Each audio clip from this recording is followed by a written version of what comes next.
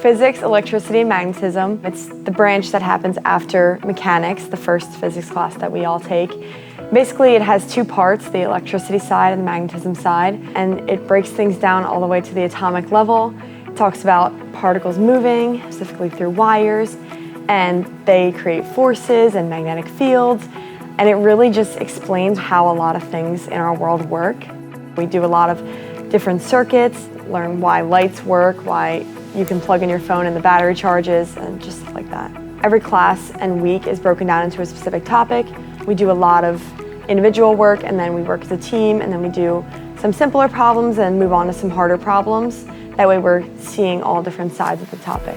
But splitting it up like this, where we have part lecture and then part group problems, it's really helpful. I mean, it creates communication skills between you and your professor, and different teamwork skills that are really important. And I personally just like to see what other students have to say about the problem, because 9 times out of 10 we don't agree on it originally, and then we work together and we're able to solve it at the end.